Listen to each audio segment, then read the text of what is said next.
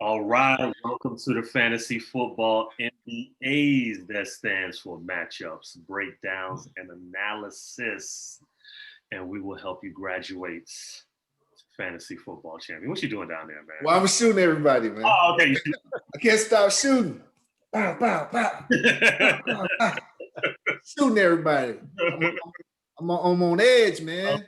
Okay. I'm on edge. Trying to get us banned from YouTube, huh? And it's a terrorist. I know. But right. Sorry. This is my love gun. Yeah, my love gun. My love gun. But this is part 2 of week number 9. So we're gonna go ahead and get started here. Y'all already know us. It's your boy Steve here. And, I'm joined by my boys T. Campbell and my boy EJ over here. And we're going to go ahead and get part 2 started. All right. Yes, sir. All right. So jumping back into these games, we got Houston against Jacksonville this week. I'm just going to start, man, Houston, what a year, man. It's been for their team. I'll tell you this. I'm playing Deshaun this week because Jacksonville has a shaky pass defense. Still like Will Fuller, despite all the things that are going on with their team, they're like trying to make moves and stuff. But I like Fuller this week. And this week, I'd go with Randall Cobb over Brandon Cooks. Okay. Personally. Okay. I think Brandon Cooks is a better player, but I don't know, just the way their offense operates. I like Cobb, and it's just that kind of year for them. So I would go with Cobb over Cooks. Although I think you could probably play them both this week because I think it's going to be ugly for Jacksonville. Just kind of talking about their team, Gardner Minshew is ruled out for this week, and they have some guy, Jake Luton, playing. Yeah. And I got no idea how that's going to go. It's going to go back to you. A part of me wants to kind of stream Houston's defense this week. But the only thing that's holding me back is the fact that Houston can't stop the run. Right. That's the thing. I want to stream their defense if the defense wasn't so bad. Exactly. That's the only thing. Other than that, I would get them. Yeah. If James Robinson happens to miss the bus or the team playing, I would give them a shot. But, Houston is allowing, over 5 yards per carry. So I think Robinson, he's going to go over 100 yards for the third time this season. I think that's really their only option this game. I don't know what their passing game is going to look like, but I am going to, just watch the highlights, keep an eye on the box score because I want to see what their receivers look like with this new quarterback. Prior to this game, Minshew hadn't been playing the best. So I don't really know what his future looks like. And I think his injury is kind of serious. They're thinking he might not play the next week either. So I'm just curious to see what their offense looks like without him. I know nothing about this backup, so it's going to be an interesting game. Robinson. You don't know Jake? No. Jake from State. He went to State Farm. So I don't know nothing about him. So. I don't know nothing about him. I don't know nothing about him either. Yeah. No. So I definitely give Robinson a go, but that's really all I have. That's also a game I would not want to watch. I think it's going to be a terrible game to watch. You know what's funny? It might be an okay game to watch. Because there are definitely some games on the docket this week that are going to be some stinkers for sure. Yeah, I think I would rather watch this game than a couple of other games. I think that I think Houston's going to do pretty good. Like you said, I'm willing to start just about anybody on Houston. I have Will Fuller in a couple of leagues. He's been great. It's amazing with all the injuries that it's a soul for a soul, man. With all the injuries this year in football, somehow the one guy Will Fuller is the last man standing. It's crazy. Will Fuller and Brandon Cooks are like still healthy. How's this happening? I don't know. But what's broken in Houston, man?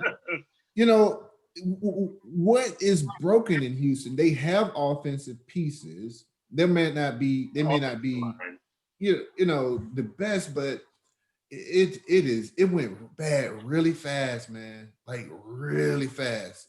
You know, they coming into the season, they looked like they were going to be right back in the AFC hunt, AFC South, and no. And then to make it worse, they don't got no draft picks either. So And they got no draft picks, man. yeah. I mean, but what they can only draft defense at this point, or like you said, offensive line. Yeah, you know they can't go and they're most likely going to lose Fuller at the end of the season. No, in the off season. So yeah, not looking good. Not looking good at all. Maybe if Fuller continues to do his thing, maybe they can still sign him and he could be trade bait during the draft and they can get a draft pick. You know, right. I don't know. We'll see. That's an angle. Yeah. That's the best they can hope for. That's the best they can hope for. Because they got nothing else. Nothing. All right. So moving on to final game for me, we got the Raiders against the Chargers. Definitely one of my favorite games to watch as a Raider fan. I think it's also going to be good for fantasy purposes. Definitely playing Darren Waller. A little just, you know, he's by far the best receiver on the Raiders. One thing you do want to take some stock in, though, the Chargers are tough against opposing tight ends. They've allowed one of the lowest reception totals to opposing tight ends, but Waller, when healthy, is by far our best receiver, so we still got to play him. And then I like Jacobs this week. I think he's starting to trend in the right direction. I just need him to get in the end zone. Like, you need him to get into the end zone. I just want one touchdown. I just want one. Like, I mean, he looked really good last week against the Browns, but he still didn't score. So I would say that's really the most frustrating part of, you know, being a Raiders fan and a Josh Jacobs owner. Want to see him get in the end zone. Yes. But the Chargers last week got torn up by Phillip Lindsay. So I think Josh Jacobs is going to, you know, do his thing. Also, I think if you don't have one of the elite quarterbacks and you want a safe pick, I think Derek Carr is still a pretty good option this week. I was actually looking at his season overall. I think he's 14 touchdowns to 2 interceptions. So if you want to go somebody safe, you know, going to get you 220 yards, 1 or 2 touchdowns, hopefully not turn over the ball, he's the guy for that. As far as receivers go, I'm not too high on the receivers. It just seems like it's a different guy every week. I think if you do have to go with somebody, I'd go with Hunter Renfrow. He's had at least 4 catches, I think, in every game since week 3, and he's averaging at least 50 yards a game. So he's, you know, wide receiver 3, flex player if you really need him. Beyond that, you know, Hope Ruggs sometimes looks good, sometimes he doesn't. Aguilar still looks good and then drops a huge pass. So I can't really trust anybody else. And with Waller playing the way he does, you just never really know what's going to happen at receiver. Right. And then going to the Chargers, really like Justin Jackson in this one. Raiders are not that great against the run. And he's also coming off a good performance against Denver. Especially, you know, in that last game, he was splitting carries with Tremaine Pope. Yeah. Pope has a concussion, and Joshua Kelly just, I don't know, man. It sucks because this is another guy I had to pick up because all my running backs are injured. I was like reading this article, and their coach literally came out and said Kelly runs timidly. So just not a good thing. Not good You don't at want to play. Not a good thing. not good at all. So I have to play Joshua Kelly this week, and I'm hoping he could pretend to be Tremaine Pope for 1 week. That's bad. You're hoping that he can pretend to be Tremaine. Exactly. That's how bad it's gotten. For my quarterback. So I will leave that where it is. Definitely like Justin Herbert, in one of my leagues where I was getting crushed the first 4 weeks, I went from last place to 1 game out of the playoffs. He has changed my whole season.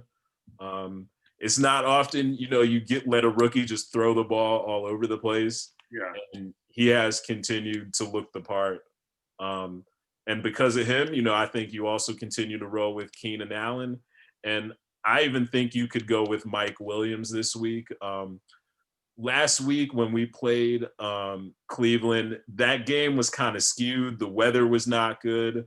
Baker Mayfield's been erratic this entire year. So our pass defense, I've never seen our pass defense look like that. That was a complete fluke. Not going to happen again. If it does, I will be pleasantly happy as a Raiders fan, but just the way Herbert's been throwing the ball, and I think it's going to be good weather, I think this game is going to be I'm thinking it's going to be in the low 30s, and I'm thinking, there's definitely going to be passing touchdowns and some points scored on both sides. Mm-hmm. I tell you, man. I'm not going to lie, man. I got kind of a man crush on Justin Herbert, man. Justin Herbert, that dude is amazing, man. He is amazing. Tyrod, I'm sorry, man, but yet again, this dude is the truth, man. And I've got him in 4 of my leagues. And you really like him. Yo, man, from the first game when Tyrod got the punctured lung, and I saw him play against KC, I was like, I don't need no more proof, man. I'm picking this dude up. And I'll see how it goes, but I'm definitely picking him up. And he's my starter in most of my leagues now, man. And so once again, I'm gonna roll once again with Justin Herbert. Mike Williams, he scares me a little. I think that he is he just seems to be an all or nothing guy. He has his games where he gets 100 yards and 2 touchdowns, or he gets 1 catch for 5 yards. So it's hard to predict with him. But if you're in need, if you went against Devontae Adams or something like that, and you need some points and you want to take a shot, that's someone who I would definitely take a shot with. I'm definitely rolling the dice. I'm not mad. I'm not mad at that. Bro, I am in dire straits at wide receiver. I've lost everything. I am Job of fantasy football. I've lost it all, sir. I've lost every player that you could possibly lose and that will wreck your fantasy season. It's happened to me. So I'm at the point of picking Mike Williams up off of the scrap heap, and he is starting for me in wide receiver 2.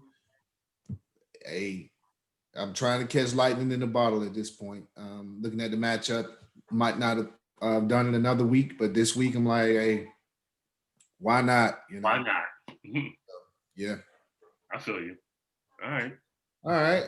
Well, we'll keep things rolling. Week 9 NFL season, I got Pittsburgh Steelers against the Dallas Cowboys. I told y'all on here last week that the Dallas Cowboys, they need to change their name. It's not a defense because there's no D in it. None. No. It's an defense. Listen, when it rains, it pours. And then it's pouring right now. The Cowboys defense is allowing 29 fantasy football points per game and giving up 14 touchdowns to the wide receiver position, 138 yards per game, and 8 touchdowns to running backs, 220 yards and 17 touchdowns to opposing quarterbacks per game. Listen, things have gone off the rails in Big D, pause, in a very bad way. Now we're showing Ezekiel Elliott. He's only averaging a tad over 65 yards a game. He hasn't had a 100-yard game this season. Like that sounds crazy, but he hasn't. This week he's been limited in practice with a hammy strain. So he's carrying a questionable designation. Not sure how serious it is, but they don't have many options. So he's gonna play if he's at anything. If he has a pulse, they're gonna put him out there. At quarterback, talking about injuries, man, like they've lost everything. So at this point, the Cowboys have a choice. You can either go with Garrett Gilbert, who has 2 career passes in the NFL, or Ben DiNucci. Ben DiNucci is what he was last week with a 14.4 QBR rating. It's real bad. I was a CeeDee Lamb owner. I've had to make some tough choices this quarter, and unfortunately, Mr. Lamb, we gotta let you go because they playing Pittsburgh this week, whose defense has been very very good, and a bye next week. I ain't got time, sir. And then for the possibility the week after that you come back and you be just okay. Nah, for 3 weeks I ain't got time to wait around on you, CeeDee Lamb. Goodbye, good night, sir. Yeah. Listen. Pittsburgh Steelers, their defense is the feel-good story of this year. Obviously, they as an organization they're undefeated. They're number 2 in passing yards, number 1 in rushing yards allowed. This is not the game for the Cowboys offense to get back on track. Maybe it will. I had to look his name up again. Garrett Gilbert, if he starts, maybe he's the answer. But it won't be this week. It'll be after the bye. He figures out he's the answer. In this game, I'm looking for Chase Claypool, who out-targeted both Deontay Johnson and Juju Smith-Schuster in the last game.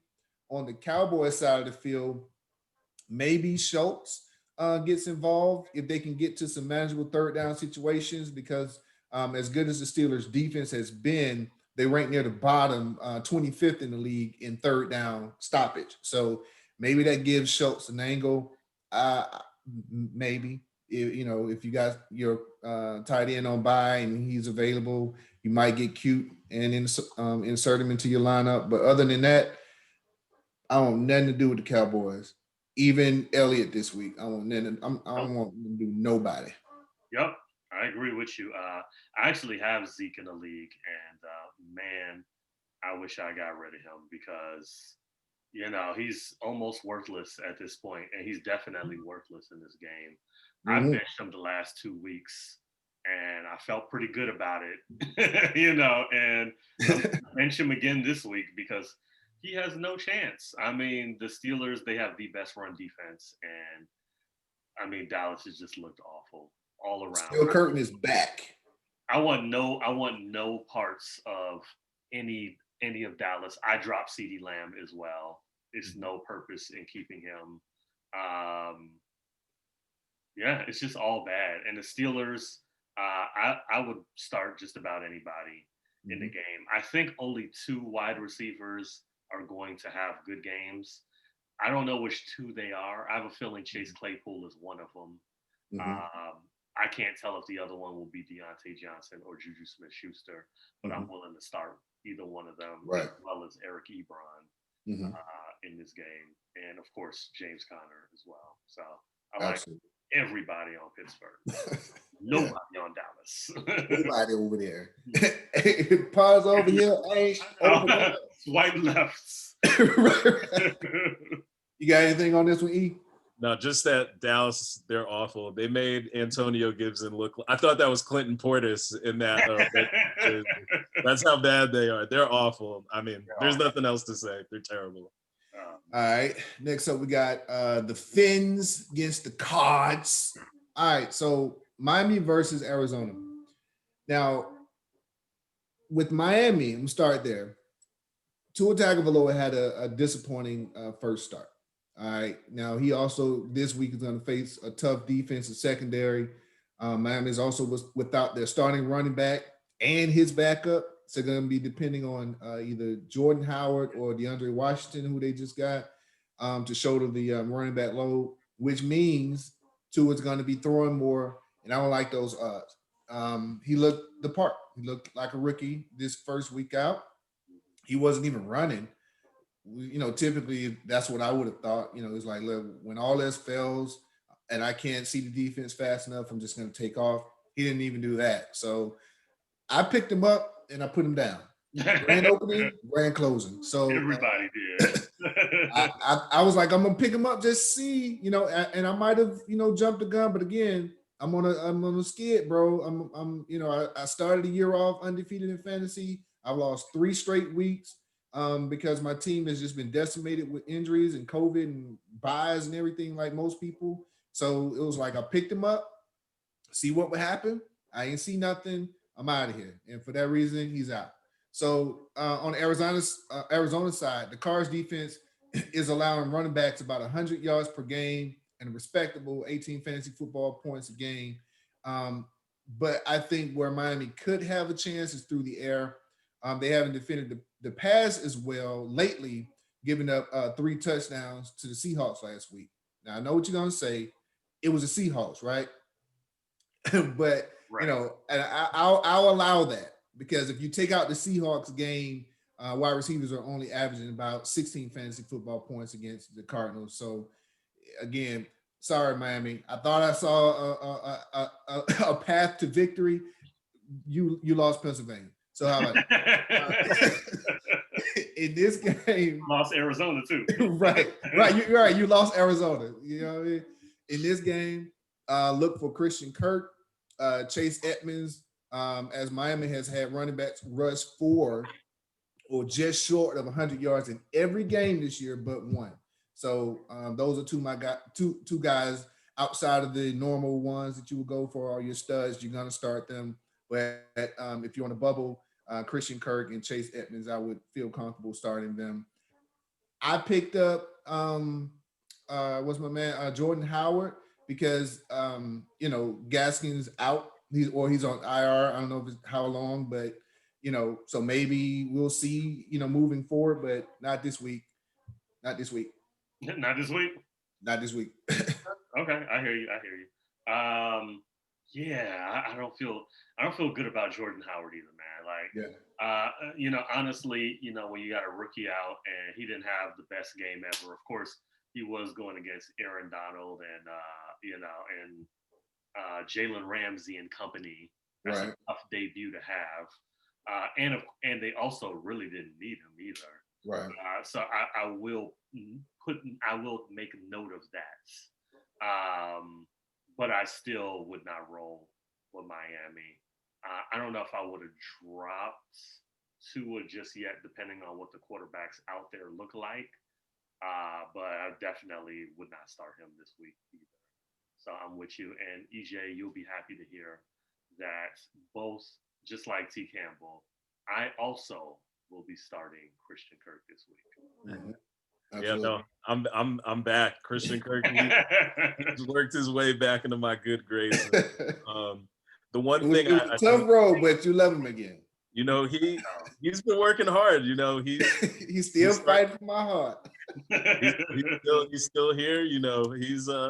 I again gotta apologize for how critical I was of him earlier because he stayed the course and he's brought his way back to being relevant. So. Well, that's what good relationships are about. He messed up. You making him pay for it, and you okay.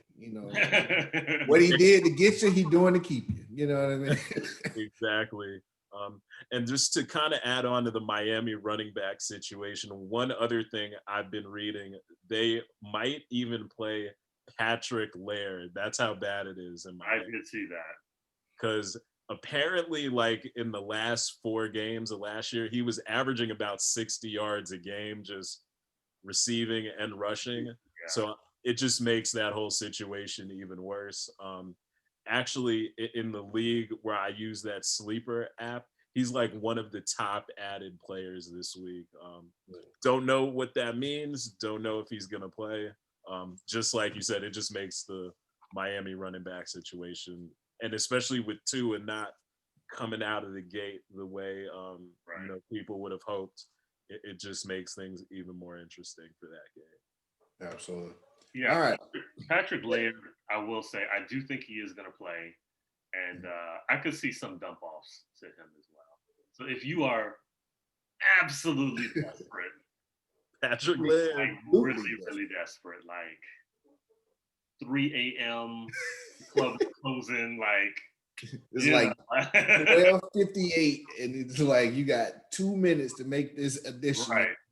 You just broke up with your girl, like like Club close. that level of desperation. Club close at 3. You ain't got no numbers. It's 58. The lights are starting to come on. Last call has been called. The night is over. Yeah. All right, man. For me, this is the game of the week. We got the New Orleans Saints versus the Tampa Bay Buccaneers. Number 1 versus number 2 NFC South. Man, I really hope this game lives up to the hype in my mind. You know, I hope so too, bro. I'm really looking for. I don't want any defense to be played in this game. I know it will be. I don't want it because I just want to see. We've had a couple of outside of Seattle, Pittsburgh, maybe some of those comeback games in Chicago. The slate has been kind of okay. We haven't had like that game where it's been like, no defense has been played and, they just run the score up. I need one of those. America needs one of those games. Okay? this is bigger than me. Okay. Yeah. All right. So on the Saints side, the Saints pass defense has been getting cooked like boudin sausage to the tune of 11 touchdowns and 27 fantasy football points per game to the wide receiver position. Guess what Tampa Bay has a bevy of? Wide receivers. Okay. On the bright side, for New Orleans, they are slated to be back at full strength for the first time since week 1 when Voltron was broken up. All the Lions were scattered across the universe. They are back. Michael Thomas is going to be back, and all the Lions are full go. He will form the head. Pause. All right. Tampa Bay. This team is also coming together at the right time. Defense has only allowed 2 rushing touchdowns all year and surrendered just 2 touchdowns to the wide receivers over the last 4 games. Now, you've added more weapons to that offense with Antonio Brown, and you can potentially sustain longer drives, which gives the defense more rest. This is going to be something to watch moving forward in the season because I feel because of this, if everybody stays healthy, the defense is going to get even better. And then that means the offense is going to be stronger in Tampa and a stronger defense. And I'm going to have to eat crow because I was like, Tampa, they straight, But now with just 2 losses on the year, Tampa is looking like the cream of NFC. Pause again. One of them. They are definitely. They have a high. They haven't reached their full potential. Yes, by far. The best is to come. So in this game, I honestly don't know which other pieces Tampa Bay is going to use. We talked in the offseason about Tampa Bay being the Patriots of the South. So if you go with that thought process, in the years past, you really, outside of Tom Brady in New England, you didn't know who was going to be the guy. The defense. What'd you say? That's Edelman. Exactly. You know what I mean? Like you didn't know who was going to be the running back. So this week, is anyone's guess. I feel like they may try to get Ronald Jones involved early, just for giggles, and then it's like because it's going to be like punch counter punch. Like I don't think people are going to be like. I don't think Tampa is going to sit back and wait on the defense to kind of dictate and kind of like fill out the opponent. In the ring, it's going to be straight punching. So in this game, because of that, I like Traquan Smith and Antonio Brown in this game on Tampa's side. Obviously on the New Orleans, Traquan on the New Orleans side, but outside of your usual suspects. Right. Yeah, man. For me, um, I noticed there was a guy that you really didn't mention that much. That's Antonio Brown. I'm gonna start Antonio Brown this No, week. I said that. Oh, you did? You did say that? Yeah, Oh, that's who I'm looking for in this game. Traquan Smith in New Orleans, I'm tripping. Antonio Brown, because the reports coming out of Tampa, this guy is in the best shape we've ever seen him in. He's ready to play. I don't know about these other bombs, but he's ready to play. I like Antonio Brown in this game. Chris Godwin, he's hurt. You know, That finger injury, yeah, he's got the finger injury. Evans is going to have Marshawn Lattimore on him. That's going to be a tough matchup. And we have, a lot of the times Mike Evans is being used is when everybody else is out. So, yeah, I think Antonio Brown, he scoops Scotty Miller out of there. Yeah. And, it'll be just like that, except better. So, Absolutely. I like him in this game as well. So. yeah. No, Mike Thomas. I need you, man. I have him in a keeper league, and people keep trying to trade me like draft picks for next year's fantasy draft, and I've been like, nah, like let me wait it out, yo. I need you now, man. This is what I drafted you for. Like I need you for this playoff run. So You're like Godzilla, we need you. I need him to step up, and I don't know, Antonio Brown. Part of it, as a Raider fan, I can't stand him. I hate him. So I could, even if he's available and he's still scoring, I can't pick him. I think in this game, though, I do agree with you. I like him in this game. I don't know. He's just not stable to me. I think 2 or 3 games down the line, he's going to start acting up again. But I think in these first 2 games, he'll be all right. 2 or 3 games, he'll be all right. Yeah. All right. Last but not least is Monday Night Football. Speaking of the Patriots, we got the Patriots and New York Jets. Ooh, this game stank. I can smell it from here. Man. All right. These are 2 of the worst teams in the league, man. I'm not going to try to force myself to find hope in this game. I would say I would look for Cam Newton for a rushing score. Harris is a little gimpy. Even after having a good fantasy impact last Sunday, I don't trust anyone else on offense in Foxborough. Here's a I know you damn line stat. Of the active top 4 Patriot wide receivers on the depth chart, they have a combined 308 yards and 1 touchdown on the year. That's who Cam Newton got to throw to. So it ain't going to happen in the air. He might get a rushing touchdown. On the Jets, Jamison Crowder still looking gimpy after missing the past 2 weeks. P. Ryan hasn't had over 40 yards all year. Sam Darnold hasn't thrown a touchdown since week 3. Look for Cam Newton for a sneaky touchdown, and then look away. Look away. Look away. That's it. I don't want no parts of this game. I don't want to watch this game. It's just disgusting. It's disgusting. Right. I'm avoiding everybody except for the Patriots defense. And that's it. Yeah. That's it. That's all I got. What a way to end our starts and sits. It was such a trash game. Like it starts and shits. Exactly. This game is doo-doo. Dookie. So, any Braxton Berrios analysis, EJ? Yeah.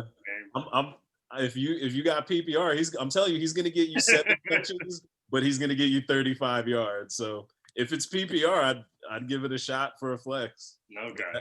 He's gonna catch 7 passes, but they're gonna go for 2 or 3 yards a catch. So yeah, it's got to be full point PPR. Yeah, exactly. Right. All right. Well, that wraps things up for week number 9 for us. Make sure to also tune into part 1 of our week 9 starts and sits. Also, we have coming up, we will have a special in which we are talking about the best players that will help you win your playoff championship. We keep talking about how we're going to help you graduate the fantasy football champion. This is going to be one of those ways you can do that. But until then, make sure to like and subscribe. Make sure to follow us on social media. We are on Twitter. We are on Instagram at Fantasy Football MBAs. And any parting words, guys? Nah, man. Just again, look for a moment. Look away from that Jets game. It's terrible. Don't do it. It's terrible. All right, y'all. Well, until next week, we will holler at you. Peace. All right. Peace. All right.